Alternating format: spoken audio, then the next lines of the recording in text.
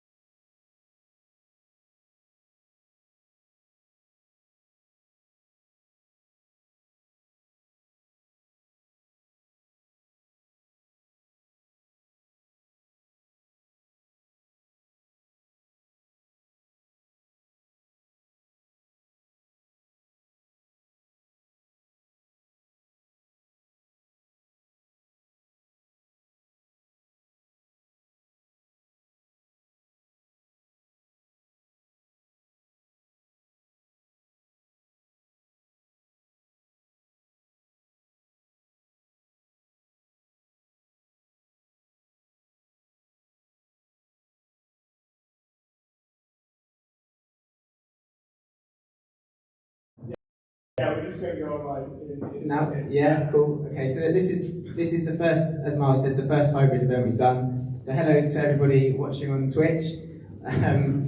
It's nice to have you here, and yeah, please feel free. So yeah, hello, everyone's waiting to you, and do feel free to put those comments into the chat on Twitch.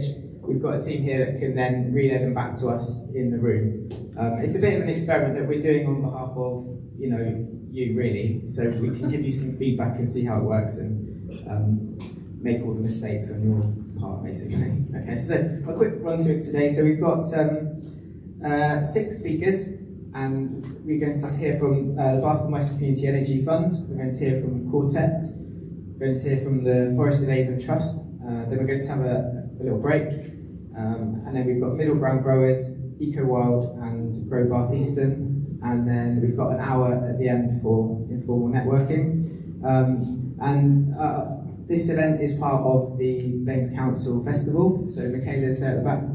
Thanks, Michaela. So Michaela, and I can see Sarah Warren there as well. Councillor Sarah Warren.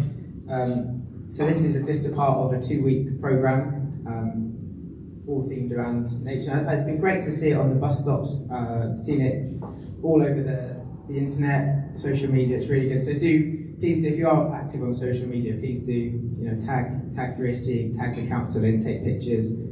We want to make a bit of noise about all of the great work that's happening in this area right across Bath, North East Somerset. So I'm going to shut up now, and I'm going to hand over to our first speaker, who is Sophie Hooper-Lee, who is from BWCE, and where's Sophie? There you are. Yeah, and please, if there's any questions or you need to just leave the room for any reason, please just feel free to do so. Okay.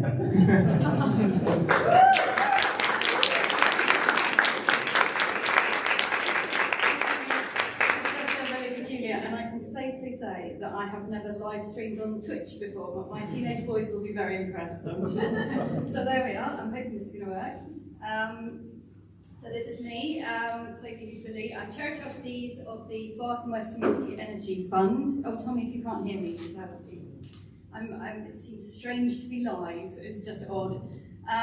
Just to tell you who we are, we're an independent charity. Our proper name is the Bath and West Low Carbon Community Fund, but that's obviously a huge mouthful, so everybody calls us the BWCE Fund. We were set up in 2014 by Bath and West Community Energy. I'm sure most of you in the room know who they are, but for those who don't, BWCE is a not-for-profit community benefit society. It's a renewable energy company. And the income that they get from renewable energy, some of it goes back into the members because it's member owned and run. Some of it goes back into the business, and some of it goes to us at the Bath and West Community Energy Fund for redistribution to local community projects. If you want to know anything about BWCE, we have a stand at the back, and that's Nick Bird waving his arm, which, sorry, you can't see on camera. Yes, so do have a chat with him when you can. So far, we've awarded 69 grants worth over £200,000 in the time we've been going. In terms of the funding that we have available, our grants range from £500 to £5,000, and we focus specifically on projects that reduce carbon emissions and or tackle fuel poverty. The fund is going to open next Monday for applications, and it will be open until the 5th of November. It says pending member approval because Bath and West Community Energy have their AGM on Saturday, and the members need to approve the money for the fund, but fingers crossed that'll all go ahead. We're also administered by Quartet Community Foundation, who'll be speaking next, and that means that Quartet do the logistics for us. That means that if you're applying to the fund, you apply through Quartet and not direct to BWCE Fund, and they do the logistics and all the hard work, essentially. And then we, the trustees, decide who to give the money to when it comes to panel decisions. In terms of who we fund small organisations with charitable aims. So we're looking at charities, community groups, voluntary groups, self-help, that sort of thing. We have a very specific geographical area, which is Baines and surrounding areas. If you go on the BWCE website, that's very clear about what that area is. There's a map of it, but also in our guidelines you can find details, so we cover bits of Wiltshire and other areas as well. We're particularly keen to get applications from organisations that are close to BWCE projects. Again, on the website you can see, but there are quite a few rural projects, and so we're very keen to have the local communities coming to us with applications. I'm not going to talk through this, so don't worry. But this will give you a sort of a snapshot of what we funded last year. So 11 projects. You can see the range of organisations that we fund, and you can also see the types of projects that are in there. I think there's a few in the house today. From there you go. Yes, we've got a share and repair. We've got a dry arch growers. We've got a Bath Eastern. Grow Bath Eastern. So there we are, and some lovely pictures from some of the recent, some of our recent years. We don't just support energy projects, so it's not just reducing your energy use in a building. We see reduction in carbon emissions as a broader church, so that covers local food and food miles, sustainable transport, waste. It's also really important that we all raise awareness of climate issues, and we support organisations that try to create behaviour change in people. We are happy to fund things like preliminary assessments and energy audits. So if you want to find out what is the best way to manage the energy in a building, for example, or if you want to get access to larger funding like community infrastructure levy funding, we're very happy to support bids that will help you get to a point where you can apply for that. We're also happy to look at training, staffing, running costs, things of that sort. So we're quite flexible. At the moment, this year, our emphasis we're sort of particularly looking for more applications in terms of fuel poverty and affordable warmth. I'm sure you've all been seeing the news about rising energy prices, and this is a really key area, and we'd really like to do more to help in this way. And if you look at our guidelines, you'll see some ideas of how you might be able to work on a project of that sort. We're happy to sort of train staff in order to provide energy advice and all sorts. In terms of our guidelines, we have eligibility criteria on their requirements. We explain what it is that we will and won't fund. For example, we're not going to fund solar panels if you haven't insulated your building, because it just doesn't make sense. But hopefully there's a lot of information and guidance in the guidelines, and they will hopefully mean that we don't waste people's time making an application for something that won't get accepted. And that's really important, that we understand that local community groups are limited in their time and resources, and we don't want you applying for something if you don't have a chance. And likewise, we'd like you to come to us with an application that does have a good chance, so you have a much greater chance of success. You're also welcome to discuss your project with Quartet in advance. Then in terms of making your application stronger, I think this is not just for our fund, but I think most funders would say something similar. Always adhere to the guidelines. It really does make sense. It's so sad when you have to turn down a project that looks amazing, but just doesn't meet the criteria that we have. We also want to know what need your project will fulfill. Why is it needed in the world? And we'd like you to be specific about what you want, rather than just saying we'd like £5,000 for this. We'd like you to give us quotes, tell us what you'd spend it on, how, that kind of thing. That always really helps. The more you can define outcomes and explain what it is that you're going to do and how you'll measure success, the better. And also we want to know that you have the internal resources to deliver the project that you're asking for.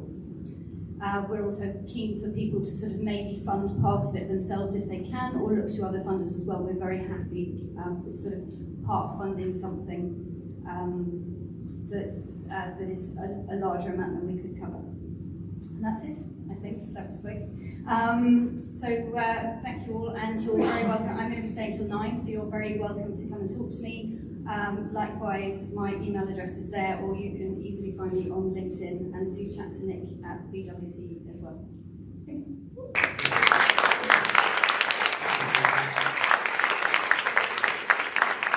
Does anyone have any questions for Sophie, actually? Oh, sorry. That's okay. Any questions?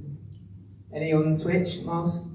Not at the moment. Sorry, they've got a few seconds later.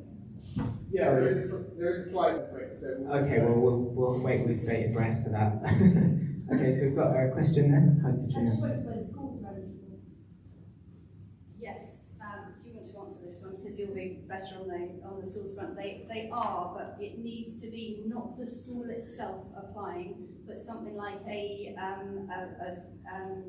friends organisation or something like that.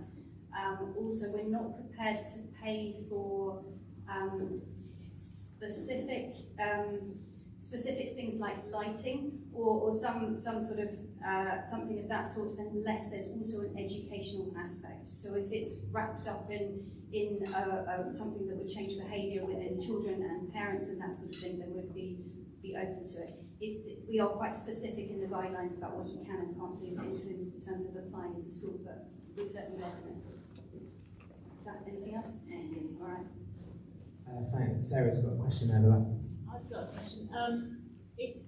You said you always have to do insulation before you've done solar panels, but what if it's a really tricky old building where insulating it is perhaps technically a bit challenging or it's very expensive? Yes, well, I think in that case, thank you for that. Of course, you're more technically sound than me, Sarah. Yes, but in that case, I think if you explain is the answer.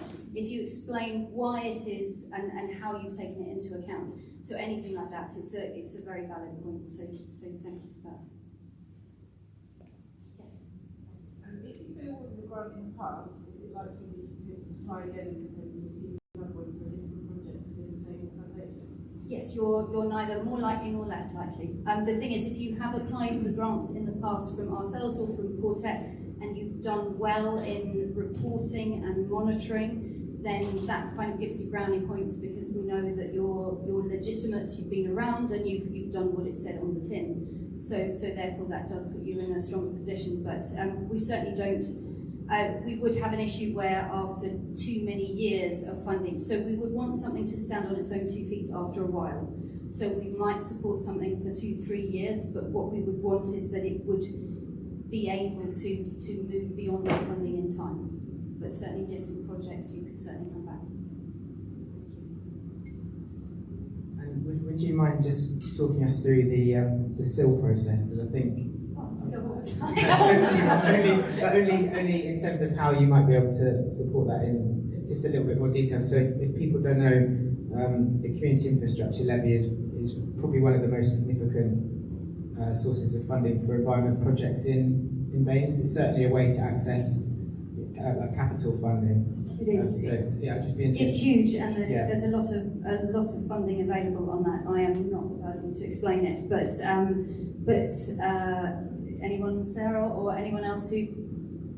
It's only available for certain areas as well, but there's a team in the council. Hang on, let me just give. So there's the community engagement team in the council manage it, and it's money that comes from property developments right across Bath and North East Somerset, and it can be allocated to community projects within that area of the property development. That's right, isn't it? Yeah, that is right. And if there's anyone here from outside of Bath, so parish councils, if you have a neighbourhood plan, I know we're getting into the real nitty-gritty here, but if you live in a parish and you've got a neighbourhood plan, you get more benefit from the community infrastructure levy, and so some parish councils where there's lots of development or bits of development happening in there, that's the way that they end up with fairly significant pots of money to be spent very locally in the immediate area. So it's definitely worth investigating, and the community engagement team in the council can help navigate through that process. Yes, thank you. Sorry, Seth, I didn't mean to put you on the spot. I just wanted to raise it as something that we're not necessarily covering in detail tonight, but is an important aspect of this. Okay, great. Any more questions for Sophie? If you, I'll just give Nick a plug at the back there, but Nick produces a really good newsletter that goes out every couple of weeks or months or so. once a month, but that is if you're interested in finding out what's going on, all the latest news, it's worth just talking to Nick. I think he can sign you up to that, or we can share a link afterwards. Yeah, but that's a good source. Great. Okay, thank you very much, Sophie.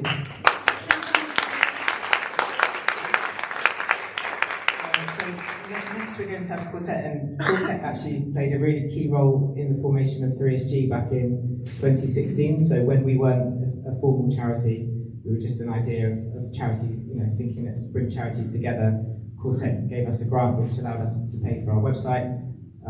That website then spun off into running events. The events spun off into us becoming a charity, and then we're now at the point we are today. So it's great to have Quartet here because they really can be that kind of seed funding for a lot of organisations that work right across Bath and North East Somerset. So Lucy, if you're happy to come up and talk, thanks.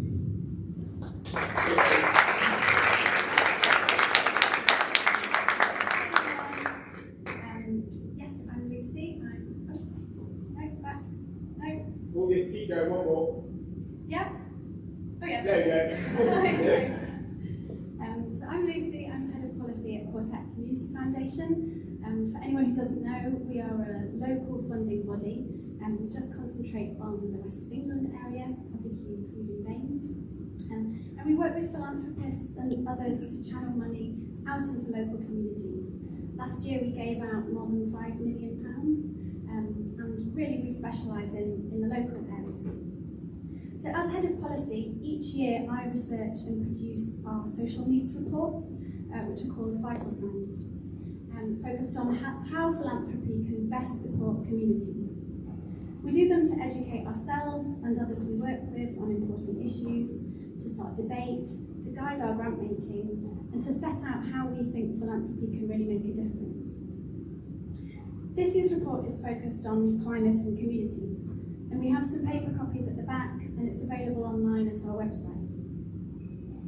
I looked into key climate-related areas, nationally and locally, such as food systems and insecurity, extreme weather, energy and transport, and the natural world, to try and understand how our communities might be affected. The findings were pretty stark about the need for urgent action and about how unequally climate change will affect our communities in the West of England.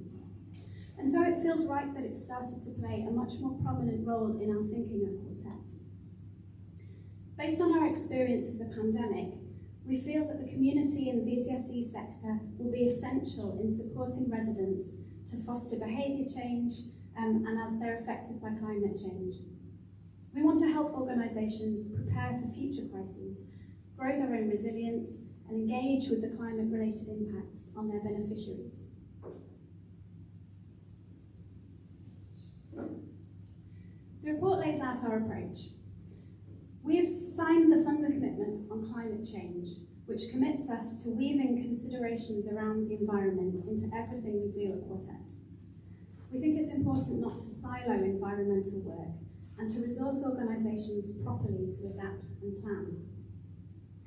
Off the back of this report, we're hoping to attract more dedicated philanthropy for environmental projects, an area that's had limited support in the past.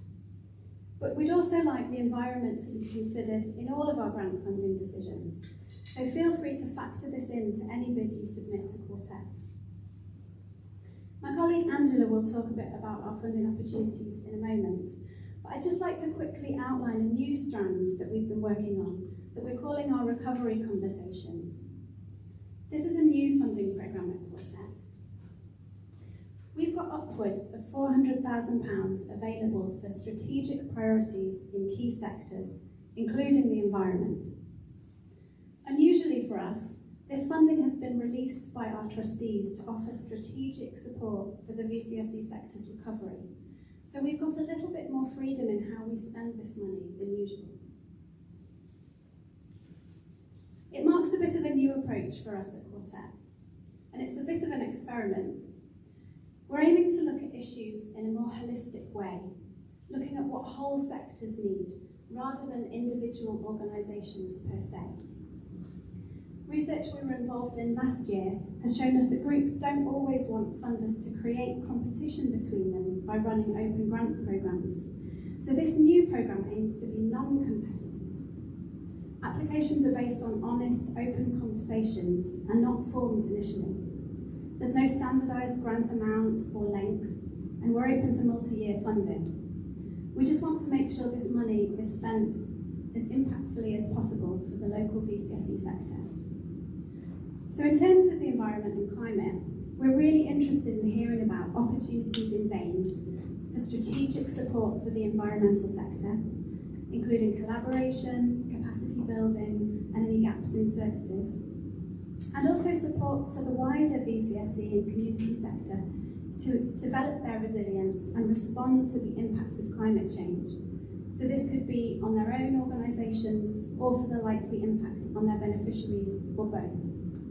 So if you have any big ideas or any knowledge you think we should know about in these terms, then please do come and see me at the back, or my email address is on cards on our table.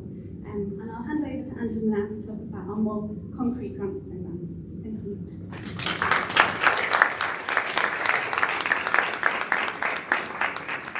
Thanks, Lucy. So I'm Angela Enns, and along with Claire Wynne-Hughes at the back, we are the philanthropy managers for Bath and North East Somerset for Protect Community Foundation, which means we work with funders like Bath and West Community Energy Fund and to connect them with small local charities so that we can have that bridge across different funds and enable that work to happen across the Baines area. So I'm going to talk, as Lucy said, about some more of our more concrete funds. So thankfully, Sophie has done my job already with the CWE fund. And so just to reiterate, the details of the guidelines are already up on our website. So if you want to go and have a preview about what things that the fund is looking to support, that's already up there. And fingers crossed, it's going to go live next Monday morning. So then we can accept applications up until the 5th of November. And if you do have any queries, please do come and have a talk with us before you can submit your application. Going slightly wider, the Wessex Water Environment Fund actually works with organisations across the whole of Quartet area. So not just Baines, but Bristol, South Gloucestershire and North Somerset. It targets smaller organisations who've got an income of less than 500,000, and they give grants of up to £1,500, looking to involve communities in environmental activities that benefit the local area, have a positive impact on the local environment, or share learning about the local environment with others. And the environmental priorities for this fund are the conservation of water use, given it comes from Wessex Water, reduction of single-use plastic, reducing waste, and improvements in local biodiversity.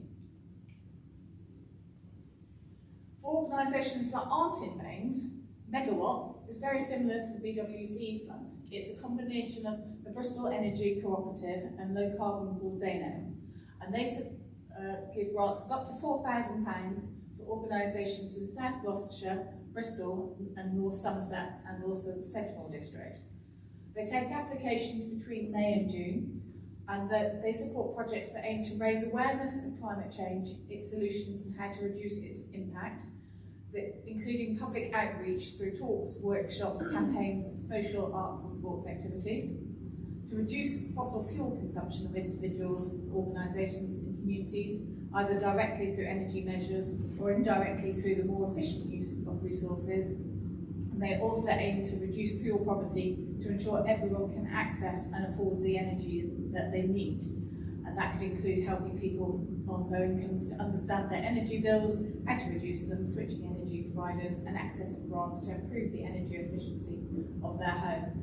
And that project is probably run more through our Bristol office, so we would probably direct you to our colleague Andy for more questions about that particular project, but we can try and help if you are interested. And then finally, going back to what Lucy was saying, that environmental projects aren't just siloed. It's not just what an organisation can feature, focus purely on the environment. It can often be an element of the overall work that they're providing. And so this is where our Express Grants programme comes in. It's our year-round or inclusive grants programme offering grants of £500 to £5,000, and they're targeted at small not-for-profit organisations and community groups across the entire Quartet area. Any group can apply to us at any point during the year, We support any charitable and project or community activity that fulfil the following, so that they aim to improve the lives of local people by addressing specific needs and disadvantages within their communities, reflect the concerns and priorities of the people that they aim to benefit, and where possible, include the involvement of local people in designing and delivering the activity, and complement existing local charitable and community initiatives. And as we're saying, with our focus on recovery, we're looking for more applications to this fund from organisations that want to deliver an environmental impact. And this is funded through all of our different fund holders across the board. So that is our different funds. So thank you very much for listening. And any questions for Lucy, Claire, or myself?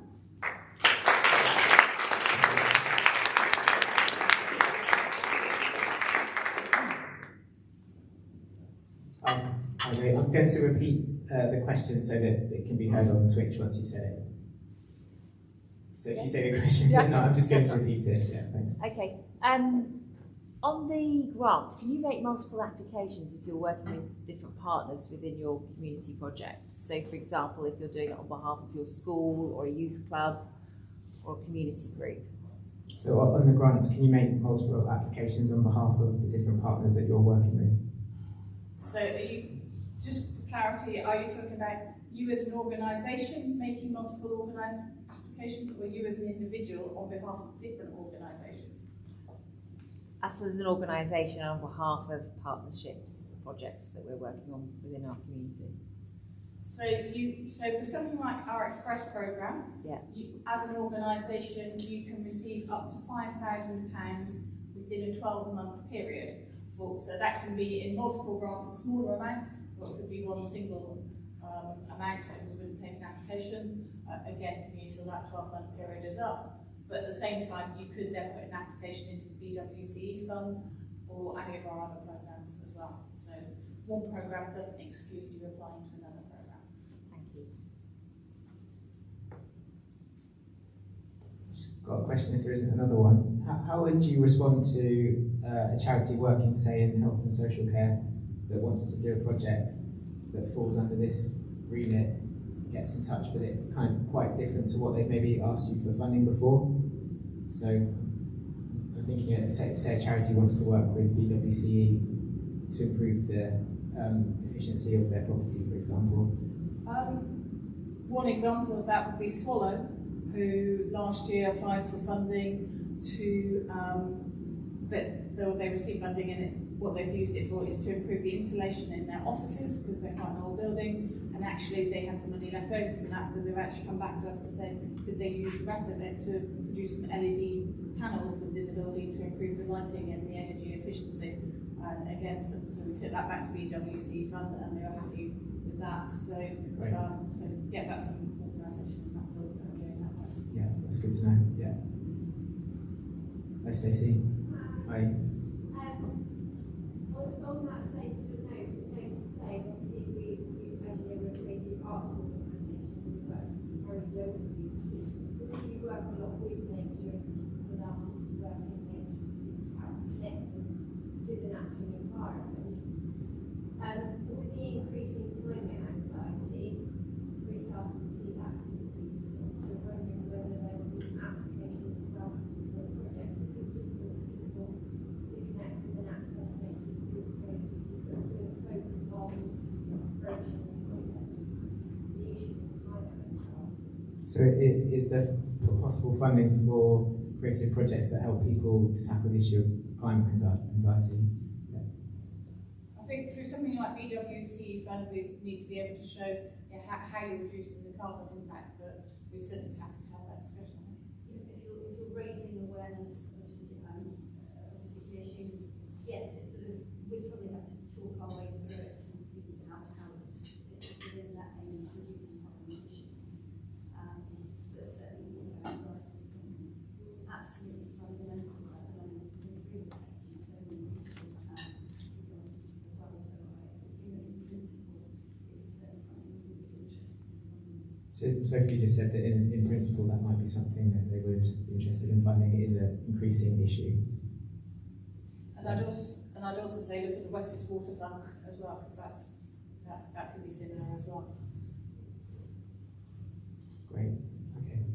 Thank you very much. And just to take this opportunity, but I would like to say a big thank you to Quartet for how you've supported the sector over the last 18 months. Really stepped up as funders, really helped us release funding in a way that we can access in a flexible way. So big thank you to Quartet. Big round of applause.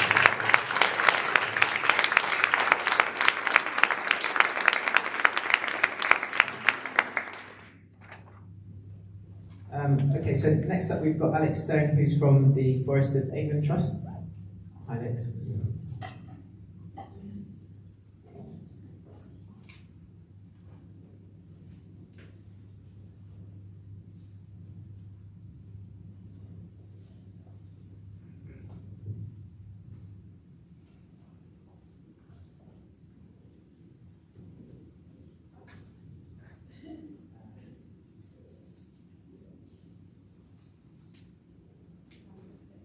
Run out of hands, so I'll have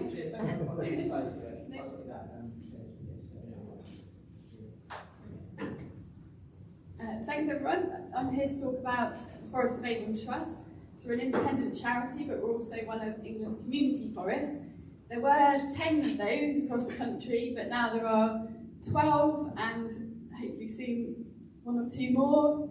So we're expanding, and it has enabled us to draw down a big DEFRA fund for planting trees across the west of England. So we cover Bath and North East Somerset, North Somerset, Bristol and South Gloucestershire, but we can also go a bit further afield for the right projects as well. So just to tell you a bit about Trees for Climate. So it's a new fund we launched in December 2020. We planted 15.5 hectares between December and March, but because of quite a late launch, we didn't have a big run-in, so that was quite good going. Quite a few projects across Bath and North East Somerset, lots of street trees, working with the council, and we'll show you a case study later on.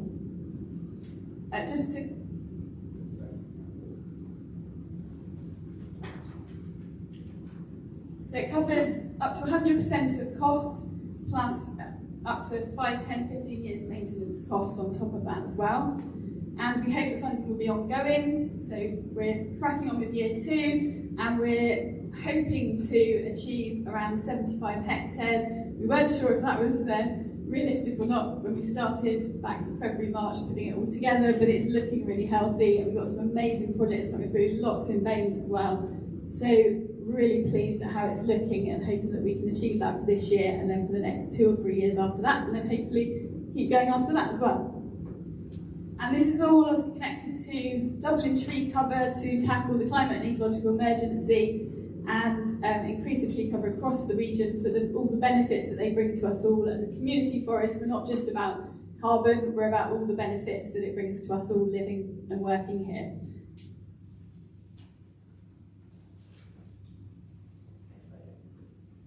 So what can we potentially fund? Well, it's quite a wide-ranging grant which can cover project management, surveys and reports which we can do in advance, supplies, equipment, so all your trees and everything else you need.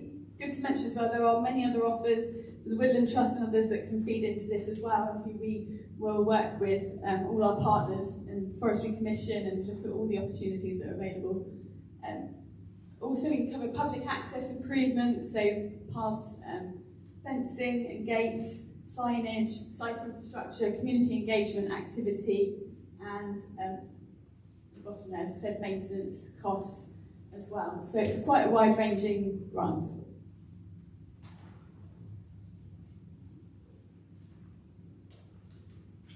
And it's really flexible in that a lot of grants are for bigger sites. This one, 0.1 hectares upwards we can fund, and that sort of depending on the type of planting, that could be in small sections as well. So it's quite flexible. It can be on any land. So if you know anyone with land who want to plant some trees, invite them to get in touch with us.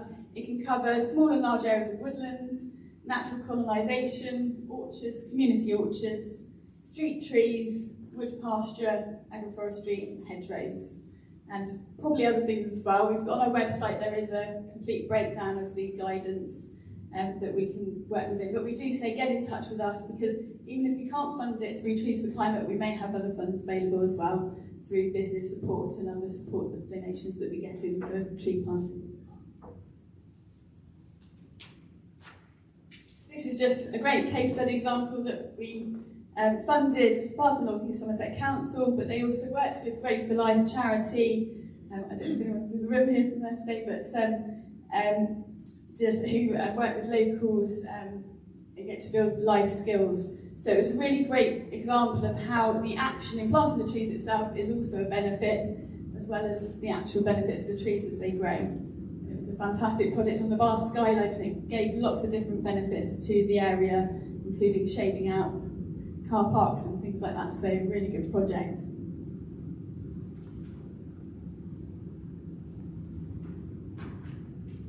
And here's some contact details. Obviously, do get in touch, and we've got I've got on the table there both the leaflet and a summary of the Forest of Avon plan, which we launched with the partners back in June.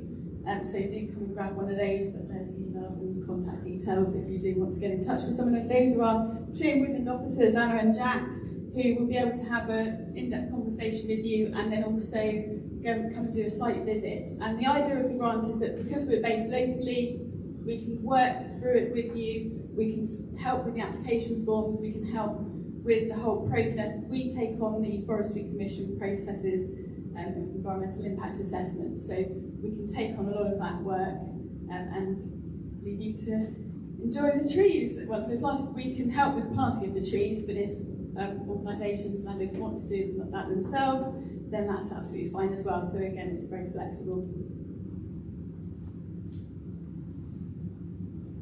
So next slide, sorry.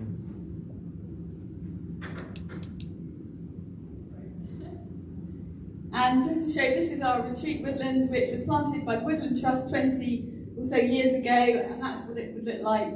If you plant your trees today, that's what they'd look like in 20 or so years. In the middle of an agricultural area just north of Upton Cheney, just to show that you can create this habitat with a decent sized area of woodland. Just to mention that for this year we're probably running a bit short due to issues with tree supply, and we're up to capacity just about with our projects, but we can certainly look at next year with you. And the planting from year one alone, through the whole of the English community forest across England, should absorb 100,000 tonnes of carbon dioxide over their lifetime. So we're just on the start, and we're hoping to do thousands and thousands of hectares across the next 5 years or more. Just a quick mention as well, of course I mentioned about reaching communities. We're fully aware that quite often we'll be just talking to people who are coming to us. So we've got a small appeal which we're hoping to launch a project next year called Rooting for Us All Together, where we'll be reaching out to those communities who aren't planting trees or facing barriers to doing so, so that we can actually support those, and particularly in areas of low tree cover. Any questions? Do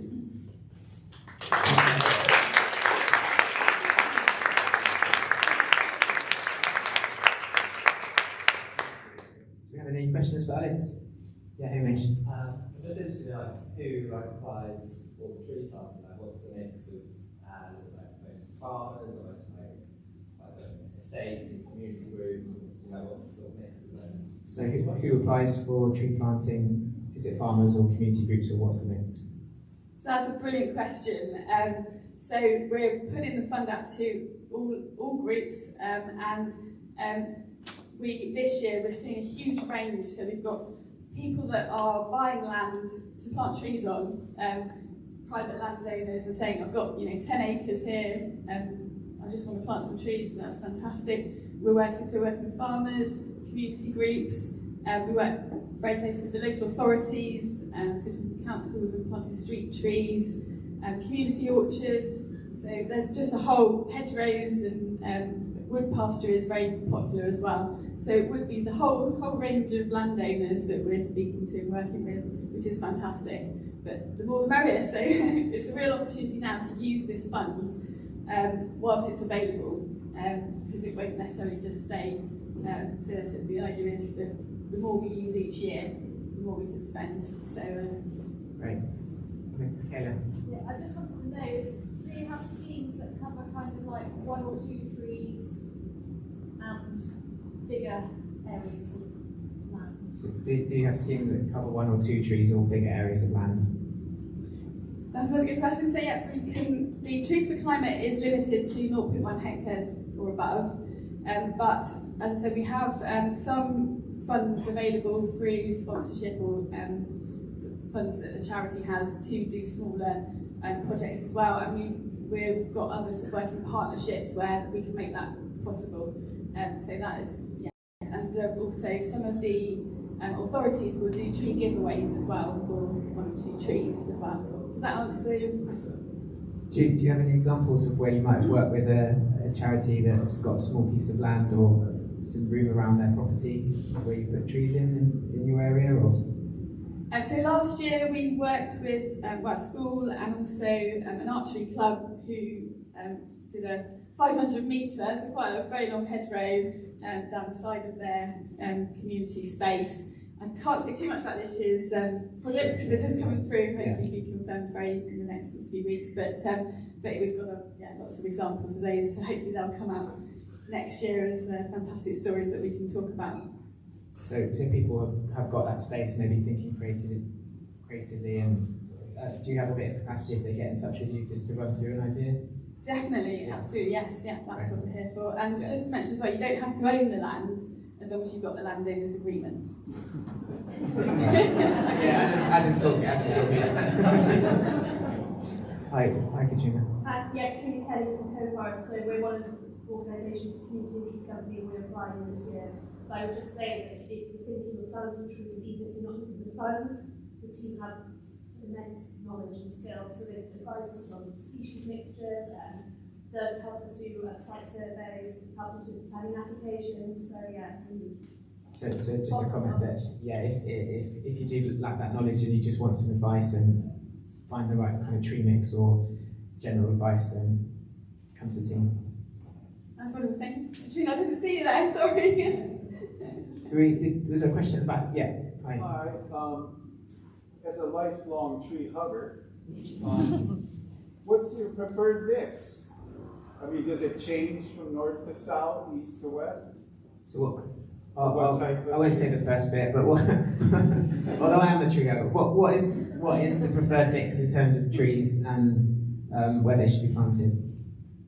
So broadly, currently most of our woodland areas will be broadleaf native species.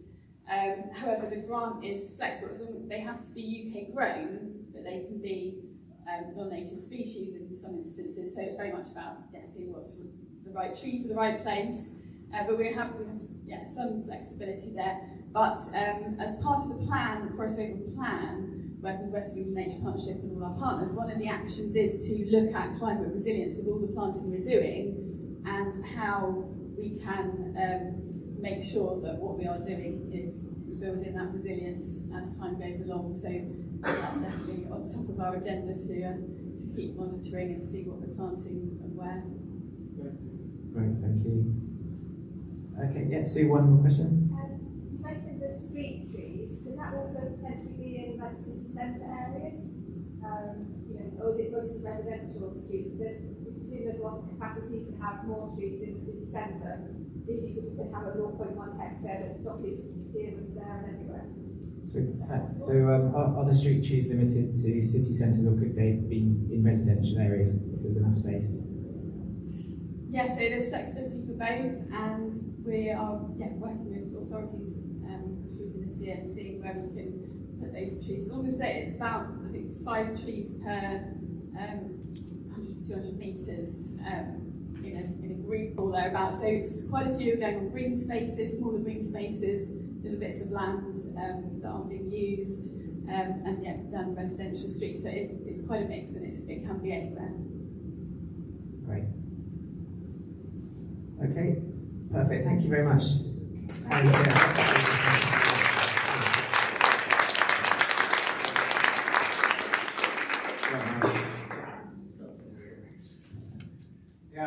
Hi there. For people that are watching online, if you're just able to make sure that you use there should be a link in the chat, which is on your right, and if you want to submit any questions, just use that link. So we've got Josh, who's very kindly going to read out any questions that you submit through that link. So we have had one submission already, so just keep submitting through that. And the only other thing is we've got Anna, who's very kindly taking photos here. I did put on the email out, this isn't for you people online, it's just for people in person. If you are getting, if you do have a problem with your photo being taken, we didn't have any email us, but if you do have a problem, just come to me at the end of today and we can just make sure that you're not in any of the photos. So yeah, thank you very much. Miles, I completely forgot to introduce anything about 3SG or who I am or who you are. So despite organising the event, as usual. So just to say, so we are 3SG, which stands for Third Sector Group. We're a network of 130 charities and social enterprises, community groups in Baines. Miles is our coordinator, I'm the director. We both work full time, and our job is to work with all of the charities in this room, all of the other ones that are doing fantastic work across Baines. We are a resource out there for you as well.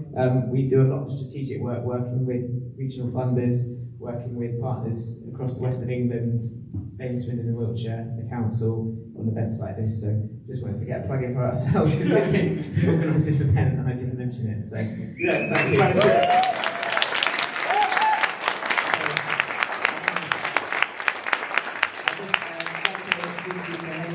Who's from Middle Ground Grows, and I think there's a few of your volunteers and colleagues here tonight as well. So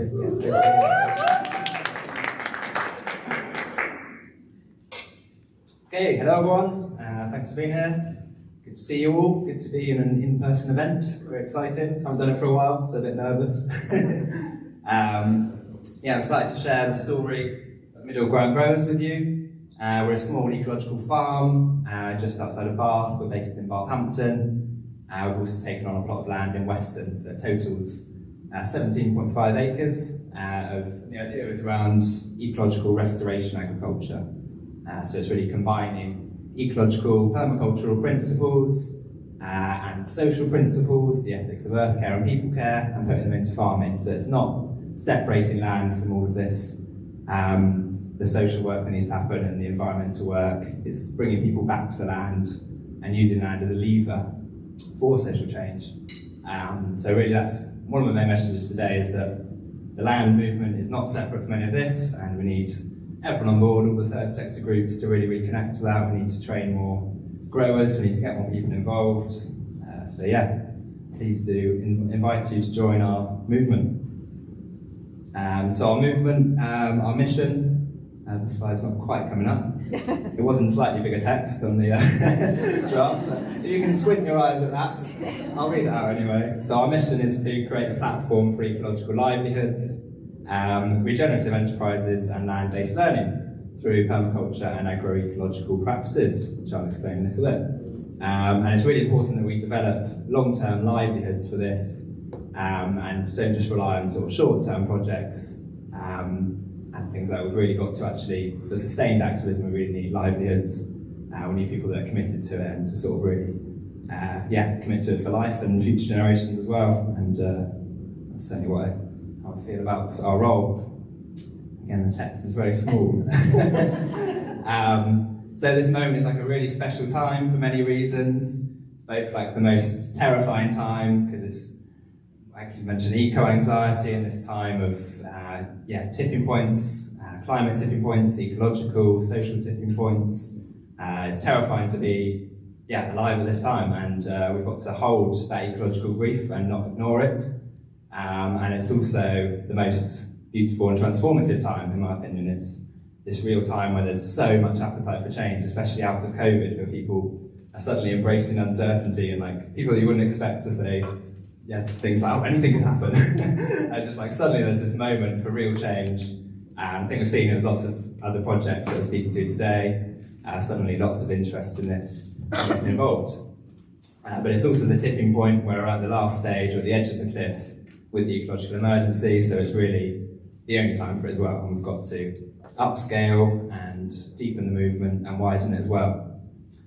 So some of you will know me from previous time in activism with Extinction Rebellion and with the youth strikes and all of that. So we've been now sort of shifting to a new type of activism, and my belief at the moment is that both are really totally needed. We need the no's and the oppositional activism, we need all the yeses and all these amazing environmental projects that we're doing today, the renewable energy and the wildlife projects and all of that. So it's finding where we fit in and trying to merge these together, where we can both oppose and propose. We can create alternatives, which is this idea of prefigurative activism.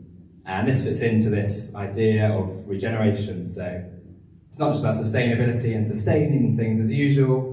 We actually need to all step up all of these environmental projects to be regenerative and to actually not just keep natural environments as they are, or not just keep things as they are, but like really regenerate them, because we're almost too late for many ecological tipping points, so we need to actually start doing the healing work as well. So let's start with the land. So a bit about one of our sort of core pillars is about reviving this local food system. So this means renewing this local food culture as well, and these market gardens that used to surround the hills of Bath. It wasn't that long ago, it's provided all its own food, and doesn't have to take long for that to come back as well. At least all of the fresh produce that shouldn't be shipped in. So that's really one of our core pillars, is actually changing the food culture. That gets into shift culture, in my opinion. So starting with the land, starting with radical localism. So we really base our work on the permaculture principles, and I'd encourage any organisation to look at how they can make these like the core of their business or project. So really just starting from these ideas of earth care, people care, and fair share. So one of these put into practice, what we do is we grow agroecologically.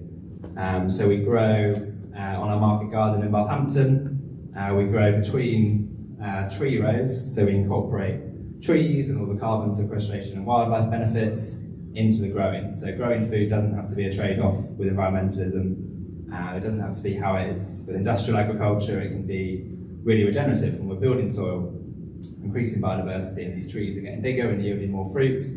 And over time, it's a perennial agriculture system as well. So the annual veg makes succession and makes way for more perennial crops, which are ultimately more sustainable and regenerative, and usually better for our health as well. So that's the how. And another pillar to our work is people care. So that's the other permaculture principle. So the way we manifest this with middle ground growers is the idea of community-supported agriculture. So that the idea there is shifting the sort of kind of the capitalist divide between producer and consumer, and instead actually we're all working together to meet our basic needs within a flourishing biosphere. So that means for us, which means our local communities support our growers, and we in turn provide subsistence and nutrients and everything like that. So the idea is we're really all in it together. So with our veg box scheme, we run 65 veg boxes. We deliver them on these bikes every week around Bath, so give us a shout if you see us. Very nice. Yeah, got some customers here. Get a review from Adam. So we drop these around Bath. We do about 65 boxes a week. We're upscaling that to about 200 at our new farm over in Weston. And I should also mention that this bike and our solar panels, which are in another picture, were through the help of like collaboration with all these local groups, so Quartet, BWCE. They all really massively helped to make our farm one of the first renewable farms, small scale farms around Bath. So we've got all the power is from the sun, we charge the bikes, we run a cool room, charge our electric tools, and all of that's just powered through those systems. So shout out to them and thank you. And here's the team. So I'm here today. This is what we do every day. Go on the tools, around the market garden. There's our mini solar barn in the background and the bikes. Livy, Marcus, Xavier, myself, Sammy and Naomi. And yeah, this is part of the community supported agriculture. We've got to train new growers. We're running a traineeship this year, apprenticeship, And although we're also new growers, we're working with the Land Workers Alliance to provide workshops and sort of the theory as well as the practical on-farm experience. So if you're interested in growing and taking on a career, so many people are changing career choices at the moment and lots of people wanting to train on the land, so we need to combine that appetite for it with the traineeships and then with the access to land and capital are the main barriers. So now I'll talk a little bit about Western Spring Farm, which is the new project. So just over the last year or so, we've collectively purchased this bit of land here, bordering Broadmoor Lane, just near Kelston. So it's a 15.5 acre site, mostly south-facing, spring water. It's the sort of ideal site that you don't imagine comes around when you're looking for land. We managed to raise funds and put your life savings and everything into this and make it happen when it came along. Now we're just in the process of developing the early sort of infrastructures, water, trees. We're building a big agroforestry system over winter, so we're planting thousands of trees in edible orchard rows, and then understories of perennial berries, and then we've got our crops, fruit crops in between. So that's the idea, so sort of the forest garden model and also agroforestry and alley cropping on a slightly bigger scale, but still a medium, small scale farm really. So here's just a little overview that we're aiming to provide this platform and this hub for not just growing food, but also growing community, livelihoods, training, also inspiring lots of other hubs. We've got beekeepers joining the land soon. We've got working with More Trees Baines with a tree nursery. We're hoping to also potentially have micro enterprises of coppice, beekeeping, all sorts of other things, whatever sort of land enterprises that people feel drawn to. There's just so many. So we're really combining the wetland restoration and the ponds and the wildlife and the diversity with all of the need to have ecological livelihoods, and that's where the CSA scheme comes in. And then very briefly, our funding routes. We've got a crowdfunder coming up soon, so just in a few weeks that'll be launched. There's also opportunities if you're able to help us sponsor our traineeships. You can sponsor a steward to train up and be a grower or a beekeeper or a chicken rearer or however. And there's also through our CSAs the main funding option, which is through our veg box scheme. Places available for autumn winter. And we've mainly funded through gradually building the business. So I started it a few years ago. I've just been gradually, after selling a few lettuces to the local shop, using the funds to then eventually buy a polytunnel and then slowly steps. But now we're really looking to, we've sort of know what we're doing a bit more now. We need to like upscale our mission. So we're really looking to work with any local partners really that want to help fund this project. It's a big farm project, and the more people involved, the better, from diverse backgrounds. So yeah, we'd love to hear from you. Get in touch, look out for the crowdfunder. And thanks everyone for being here. Let me know of any questions.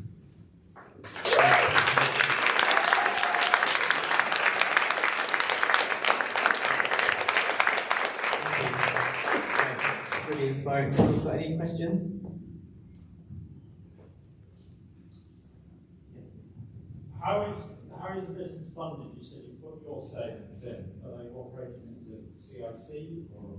So just a question about how the business is funded. Is it operated as a CIC? Yes, yeah, so we're a CIC, Community Interest Company. So we found that's a really good flexible option. If you're looking to like start a project of a similar sort of way, it's Community Interest Company is a really good way to not limit yourself and still attracting funding for sort of restoration and environmental projects, but also being able to operate as a veg box scheme, as a market garden. So that's the option we choose. So we're funded basically through the veg box scheme mostly, and then for individual projects such as the solar panels on the roof, we got help with Quartet and BWCE. So it's a sort of a hybrid, I guess, in many ways. Adam's got a question. Yeah, Hamish, there's a bullet point about no-till market garden. I was intrigued what that is. So what's a no-till market garden? Great question.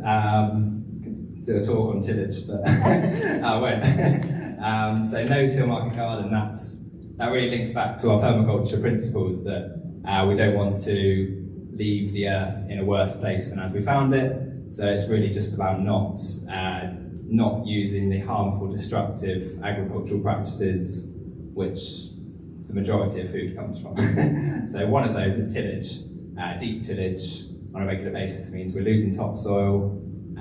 We've only got a number of decades left of topsoil in the world, according to the UN reports. That's because of the agricultural practices. So the opposite to that is to shift towards no-till or minimum tillage, and that also incorporates agroecological practices where we like minimal soil disturbance because all these microorganisms and worms and everything. So we don't want to just rip up all these communications and networks. We're actually building topsoil instead. So every year our topsoil is increasing rather than being depleted and churning it up. And actually we don't need any. We need less inputs then. We need less fertilizer and spray because we're not disrupting the baseline soil health.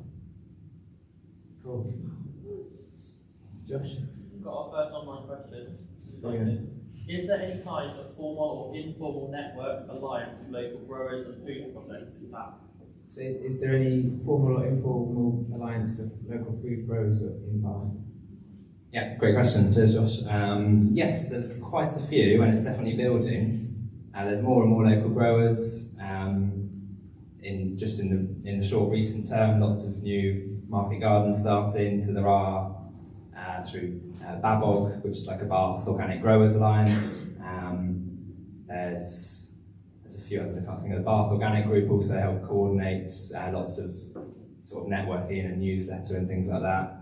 And there's sort of more informal ones as well, where we go to farm tours at other local farms, and there's not loads of organic farms around Bath, so everyone kind of knows each other and goes around, and then when the new one starts, we sort of find out about that. And so there's lots of informal networking as well as the groups like Bath Organic Group and the Growers Alliance.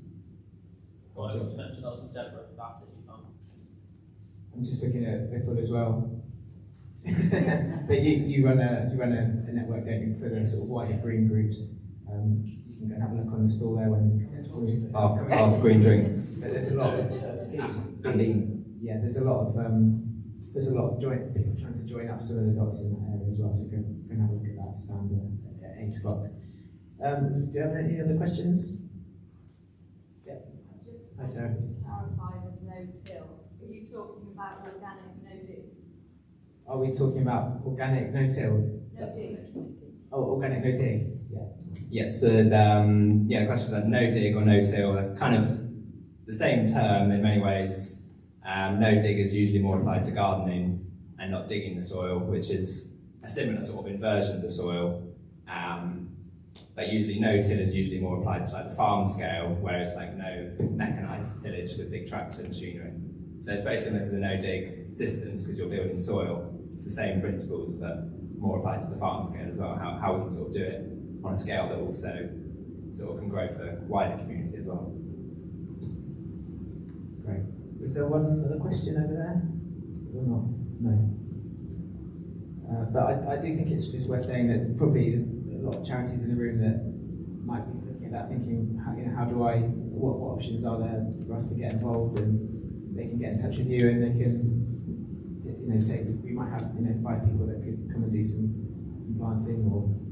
Yeah, we're doing lots of planting over winter, and keep an eye out on middlegroundgrowers.com. There's also a website for the new farm project, westernspringfarm.com. We're sending out a lot of information on social media about both the plans for the new farm and the crowdfund and the new round of veg boxes as well. So keep an eye out and have a look at the website. Excellent. All right, thanks very much, Amy. Thanks, everyone.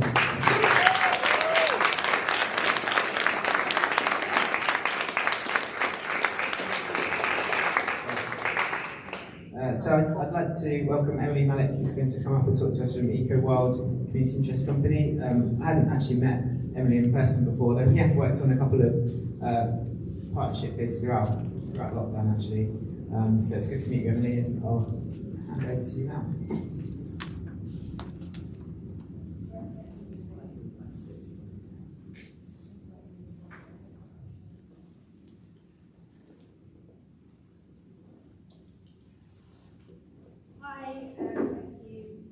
Shall I thank you everyone for listening to what I want to tell you today. It's really great to have 3SG here to pull us all together on these really fundamental questions for this time that we're alive here on this wonderful earth. So in terms of my talk today, I want to tell you a bit about EcoWorlds and how, what and why, what we're doing, but also to put it in the context of sort of wider considerations around delivering environmental projects. So overall, I would say that we aim to bring meaningful experiences and inspiring places to people. This is our, you probably can't see it very well, but that's our roundhouse that we built in March this year at night time. And that's it in the daytime, it's just all the willows starting to grow around it. I spent a lot of time, February, March, sitting on that roof as the sun went down and the moon came up and nearly watered it, so it's really nice to see the grass growing on it now. So we could broadly be described in terms of working with people in education, health, well-being, ecology, learning, fun. So starting with why, I was really terrified by what's happening, as many people, with our climate and ecological state of the world. So 10 years ago when starting to set up EcoWorld, was kind of, dealing with my grief, which continues at our inability collectively to cooperate on behalf of life. And I noticed that, of course, we all act according to our deeply held values. And I thought about what are these, what actually forms the foundation of the choices we make and the way we think about our lives. And of course, a lot of these are held by society and culture, habit, but our personal experience has a huge impact. So I've worked in HIV support services with Terence Higgins Trust in Bristol, and while obviously HIV diagnosis is something really heavy to hold, there's also it's really apparent to me that people are carrying this burden of suffering, which can be alleviated by support, facilitated support. And I knew that our connection to the living world is sort of fundamentally very supportive to them and quite transformative. And often when we are in our most difficult times, the door towards alleviating suffering becomes obviously so important to us. So whether that might be our GP or other medical services, if we're really struggling, that becomes very fundamental and deeply held value in our lives. So there's a question in my mind of how we make nature that deeply held value, because it relieves our suffering in so many ways.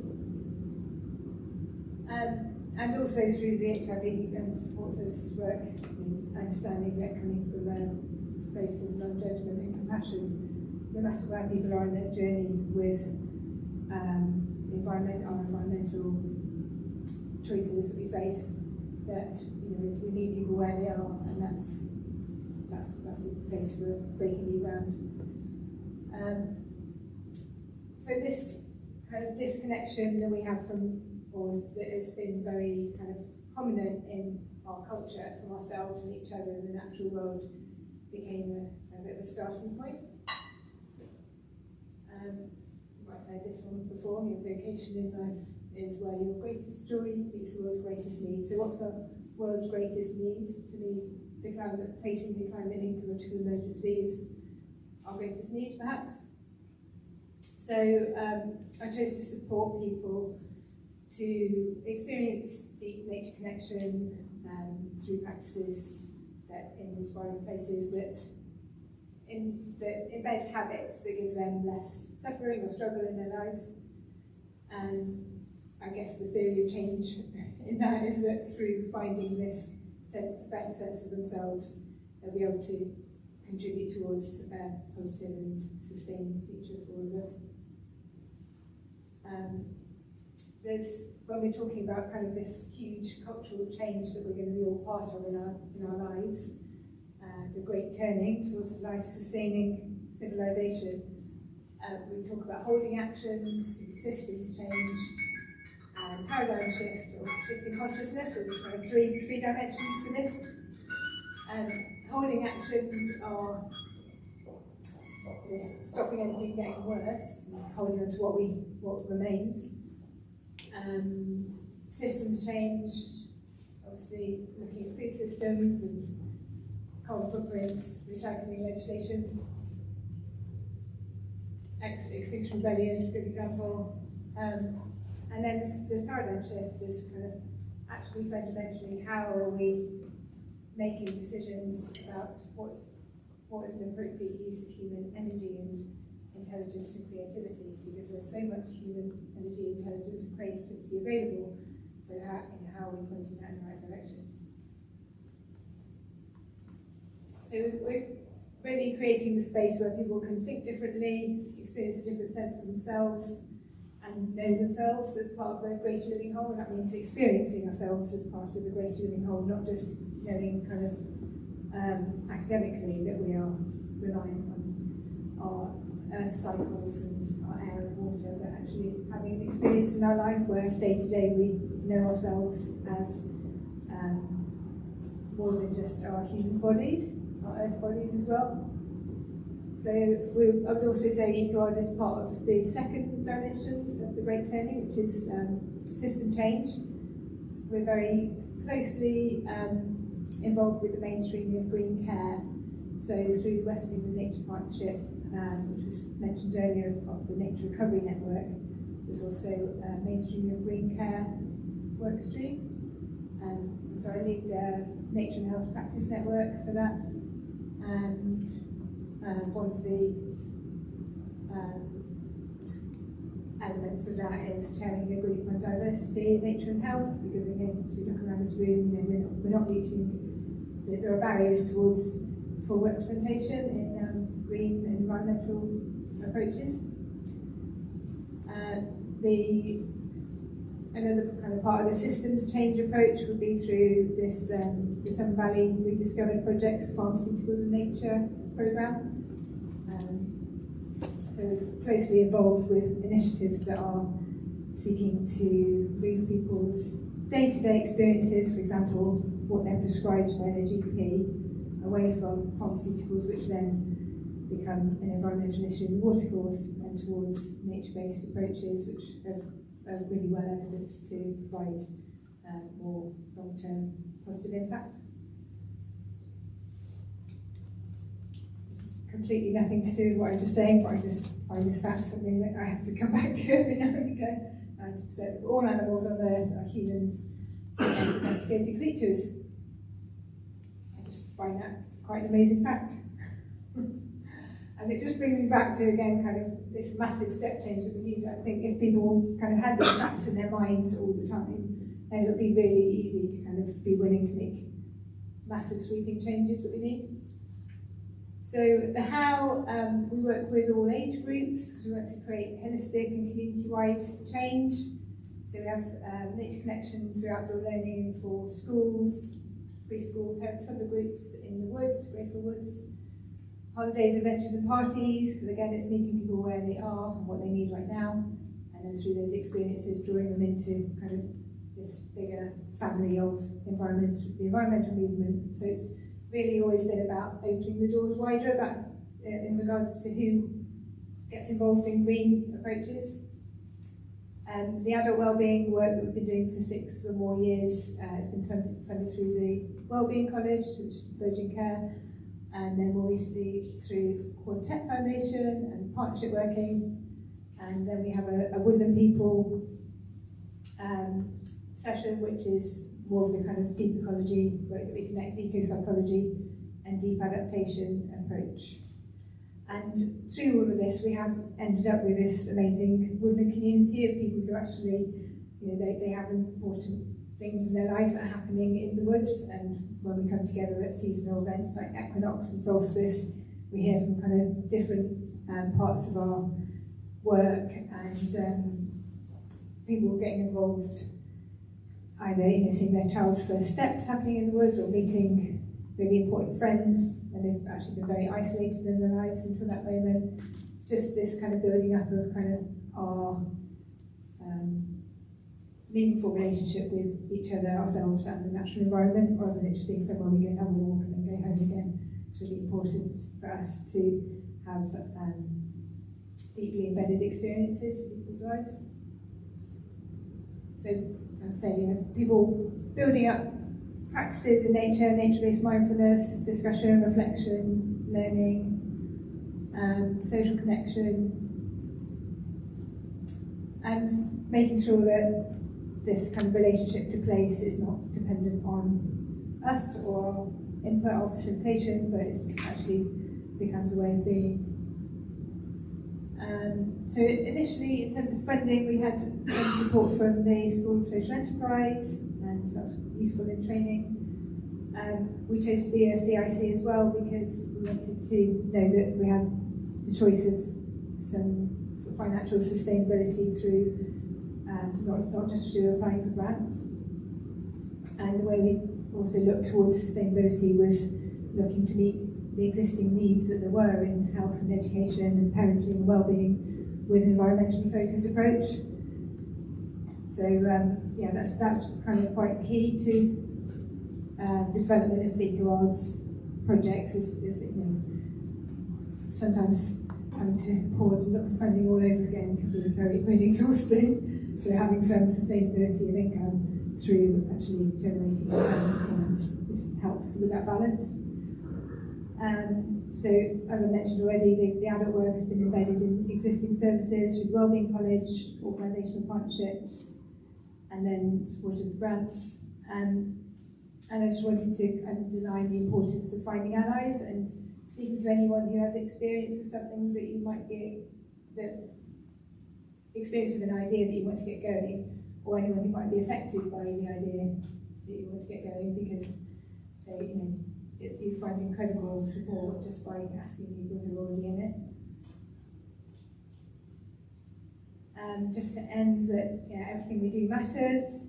I'm always kind of walking around the woods with new ideas coming out of my head, like a community tool store for each village, somehow, some way of helping people see the connections more between their actions and what happens in the world. Campaign to make it illegal to sell products that cause serious long-term damage to aquatic organisms. I find it very traumatic going into DIY stores. It seems to be kind of this arsenal of collective, suicide kind of this really long drawn out ecological damage that we're just causing legally. It's very upsetting. So I think there's so many levels that we can engage with this, that we see this all around us, and really encourage anyone who's considering doing anything to do it. It all matters. Stephen Harding from Dartington says the worst thing we can do is a little bit and soothe our guilt and worry and think it's all fine. We need to be willing to make huge change. I'd point anyone who's interested to the resource of the work that we connect. Joanna Macy, Miss Johnson, really brilliant for energising and activating and taking us from a place of eco-anxiety and overwhelm to real activation and excitement. And within that work, it's kind of stated, and I really agree, that we all get incredible strength from acting on behalf of something greater than ourselves. So something really powerful here to live into. Thank you.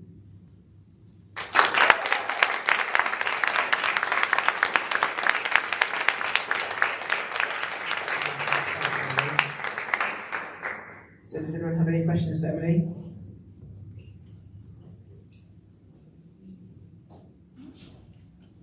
Yeah, Adam? Where is Greyfield Woods? Where is Greyfields Woods? Hi, Littleton. Yeah, we're mostly in rural Baines, well, entirely in rural Baines. Yeah, hi. I guess a question kind of links back to talks prior about the people who often come and search for these activities.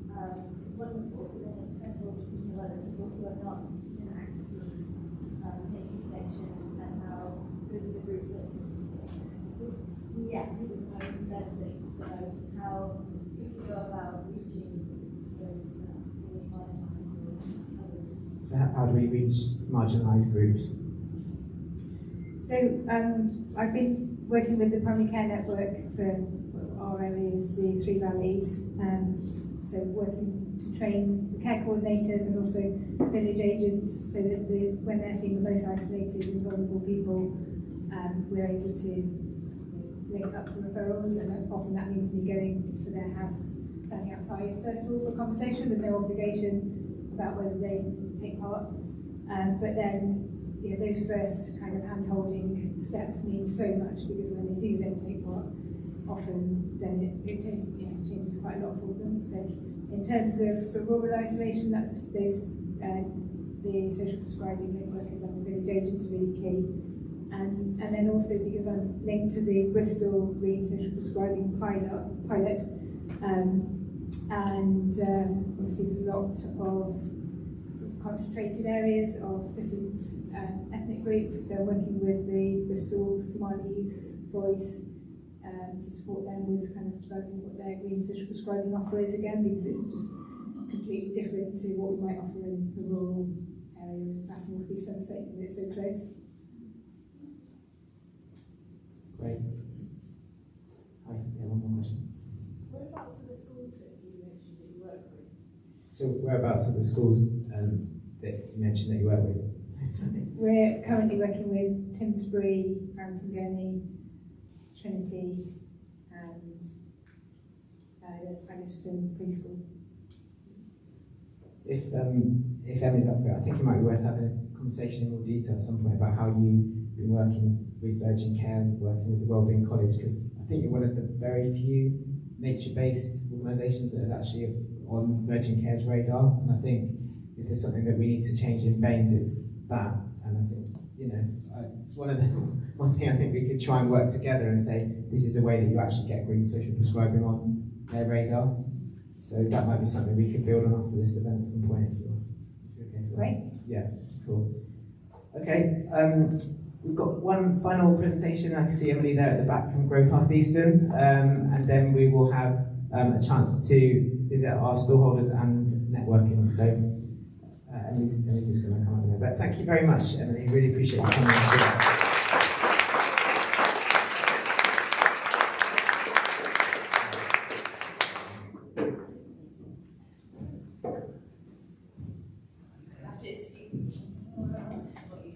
I'm used to lapel mics. Sorry. Right. Good evening, everyone. Now, thank you for your attention this evening. I know it's been a long evening and you've all listened attentively, so hopefully we'll finish on a very empowering and inspiring story from Grove Path Eastern. I also hope these slides work, because they're on a different format than I'm used to. So, I'm Emily Wright from Grove Path Eastern Secretary for the organisation. I also have some teammates with me tonight at the back. Wave your hands in the air like you don't care. I've been voluntold for this job tonight. But please do speak to the rest of the team, and we're really open to talking to anybody else today, because we like to talk to people who are interested in the same things as we are. So let me tell you what we've been doing over the last year. So we're from the village of Bath Eastern. This was a project that came together in March 2020, where a few people came together and said, we want to do something for our village. So why did we come together? This is about creating a greener, more sustainable way of life in our local area. What does that mean? Strengthen community. Bath Eastern is historically quite fragmented, and through the pandemic it actually exacerbated that. We wanted to create food security, so we've had lots of conversations with middle ground growers as well about how do we help people to stay local and have food that's quality and know where it's come from. And of course we might live in a lovely rural area surrounded by little Salisbury market gardens or old market gardens, but we see that there's a need to have people understand the need for greater biodiversity. So what do we do? I'll speed through this one because I know it's the end of the evening. We started off obviously with the Growers Club, helping people to grow at home, helping to share knowledge, experience. We've had seed swaps, plant sales. Then we had the Hen Club, because there's quite a few people who like to keep hens around where we are. Then we had the Bee Club. This is a little bit more of an educational session, so people interested in natural beekeeping. We'd love to see a matrix of hives across Great Bath Eastern. And I know for me personally, I can't keep a beehive in my garden. I don't think my neighbours would like it, so how can we share land to have people still be able to do that? This was a bit of a shock and a swerve for. We realised that people wanted to do sports and fitness. So now we have a junior football club in partnership with Bath City FC. They come and do our training every Saturday morning. We have walking football, just started this week, the over 50s. We have an adult netball club. We have a junior net club that started tonight. And now the school are also doing this netball club, inspired by what we've done. But it's created not only the activity, but use of our green spaces and access to those groups. Wellbeing, mostly wild swimming at the moment, but there's plenty more planned. Wildlife club, well, this started as the Toad Patrol, and then we realised we care about more than just the toads. Cultural events.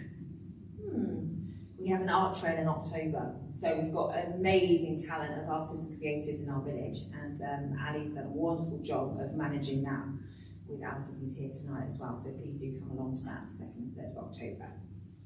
And the Bath Eastern Community Store, you'll see it's not branded the same as Great Bath Eastern. We were very lucky to have support and donation of time from the Plunkett Foundation, and they've advised us that we need to sort of have that as a separate enterprise, so the community store will be starting more virtual and delivery, and we'd like to thank BWCE for their support on that in terms of funding. So what next?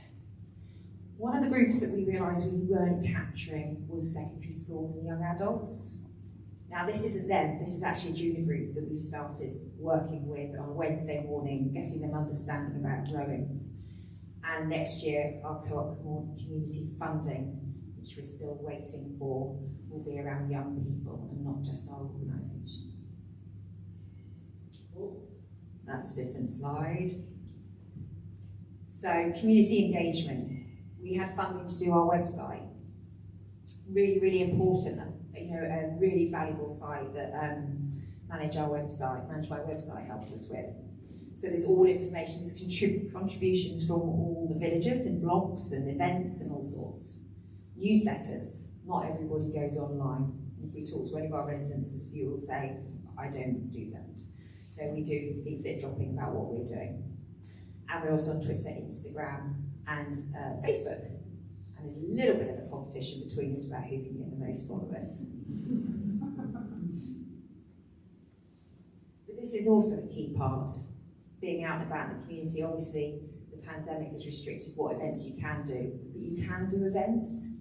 So the first one is our first community event in June, where we got everyone engaged in the junior football. You'll see a lovely picture of Sarah, our ward councillor, and Kevin, our ward councillor, drawing the raffle the other week. And there's myself and Toby doing a plant sale. So we're connected with Co-op Larkhall, and we work with their community engagement people, and who have been absolutely brilliant. Oh, you can't quite see that, but it's key that you're actually doing both. You're doing community engagement, very vaguely, and you're doing fundraising at the same time. A few more activities, so really keeping the conversation going in the community. We had wreath making last year that made us over £300 just in our village. That's the wonderful Alison in her Pack-a-Mac digging holes. We have a community orchard now, which will be developed into a meadow this coming year. We sold plants with Gardenalia, and we did planting with the school. That's oak class, planting oak trees as part of their final Tarata primary school. So as you can see, there's lots of ways in which you can engage your community in raising awareness around the key things that were important to us. Just want to share with you some of the things we've learned as an organisation, because we were genuinely a group of people coming together. Skills. Really important. Just making notes.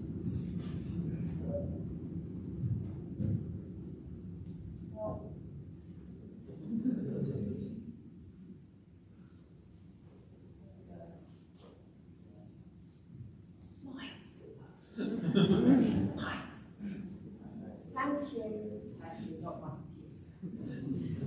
Right, skills. Really important to understand what skills people have not. Better use my microphone.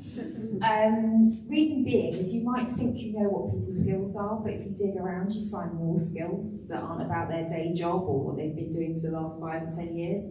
And really important to understand passions. We have plenty of people who we might go, oh, you can help us do this, but they may not be passionate about that. So being conscious of that.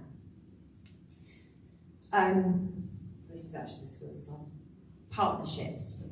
Key part is that you really manage and look after the partnerships and the way that you collaborate as a team. You don't have relationships, it's not going to work. Structure, it's the boring organisational stuff, but we really had to organise ourselves. Document, this is the one that people really avoid, but we have constitutions, terms of reference, and it sounds really dry and boring, but it means that we're really clear about why we're doing something and how we're going to do it. And finally, mindset. We have a very clear mindset in Great Bath Eastern, which is about collaboration and working together. And it doesn't matter how small or large your contribution is. And I think that's really important to be successful. So to the funding part.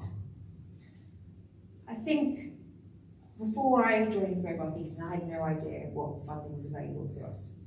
No idea whatsoever. And I've had my eyes opened by Victoria, our chair, about what's available, and of course the SG as well. But there is funding available. We just need to research and explore it and find it. I think this has been said earlier on in Sophie's presentation. Know what you're applying for funding for. If you have an idea, it can happen if you know clear about what you want to achieve. And finally, meet the funders' expectations. What's important to them and how they will know that you've delivered it. I've seen so many applications for funding fail because that bit's not been handled. What we've learned in the last year, excuse me, aircon is getting to me.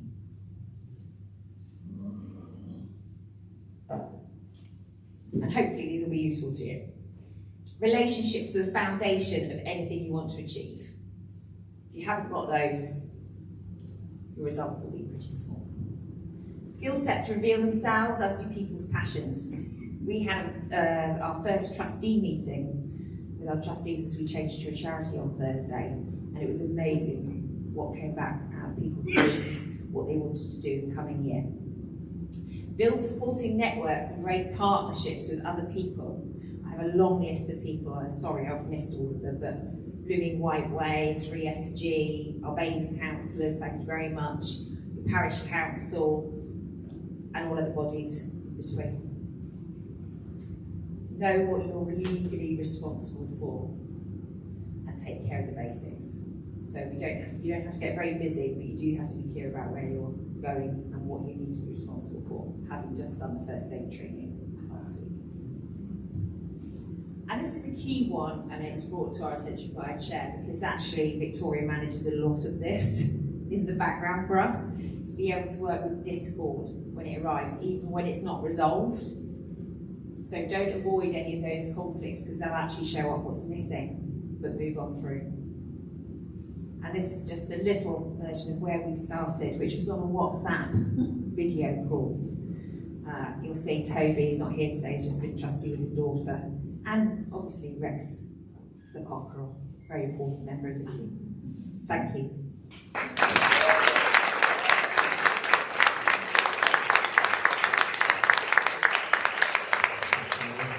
Does anyone have any questions? I think they're all desperate for a drink. Yeah.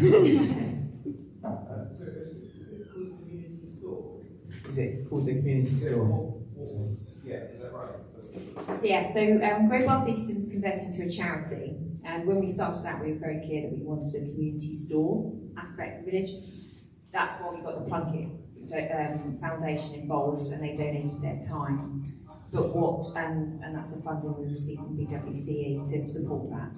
What we're doing is actually separating that from Great Bath Eastern charity, because it complicates the situation. We've also faced challenges of getting places to site it. We've been through quite a few of those conversations. So I just wanted to say, is it literally just a store? It will be a store eventually. At the moment we're starting with virtual pop-ups, with virtual delivery, so a bit similar. We've already sort of trialled that by using essential orders through Thoughtful Bakery, just to get a sense of what people desire. The other challenges is our high street is changing, so we've just literally had 2 new convenience stores open up with competing offerings themselves. So we'll keep an eye on that, but we're focused on that food security piece. Okay, that's a great example and well done. I mean, I met you guys when it would that be? I think I must have met Victoria back in 2019, and it was just an idea then, and Annie, and I'd like to see what it is, you know, with its own badge. They're rare commodity. All those activities that you've then branched out, it's fantastic. So yeah, well done. Really good. Thank you.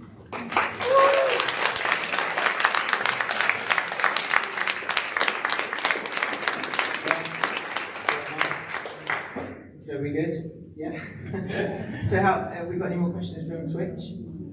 Josh, have we got any more questions from Twitch? There wasn't 2 seconds ago, but I'll refresh again. Okay. Well, just thank everyone that did watch it on Twitch. How many did we have, Josh? Upwards of 13. 13? But then I'm moving up and down, so it could have been different people. Great. Well, thank you. Yeah, thank you to everyone that came from Twitch. Hope you enjoyed it. Do send in any other questions to us, and we can direct them to the right people. But thank you. Yeah. I'm turning the Twitch off now. So we are turning the Twitch off in a second, but just for the people online and also for the people that are here, we have recorded the whole session, so we have an online events page which you can go and see the recording if you missed any bits. We've also very kindly Alison, who puts together an interagency bulletin on the online events resources page. She's put together over 100 different funders across the country for environmental projects. So make sure to go and check out on the online events resources page where you'll be able to see that whole list of funders, as well as all of the stalls that we've got here and the speakers. So for all of you online, or if you're watching in the future, because some people might be watching this back, then just check out that. But yeah, and yeah, we've got until 9 o'clock. So I think if you want an alcoholic drink, I think you can get one.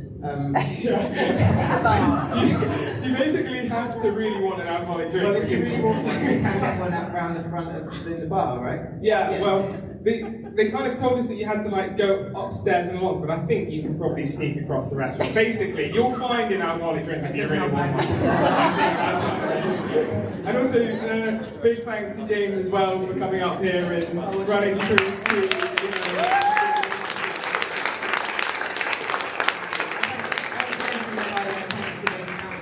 This week, it's really good to showcase all of the work that we're doing in Baines. It's really important, and let's keep talking and enjoy the final 45 minutes to get to know each other. So thank you very much, everybody. Cheers.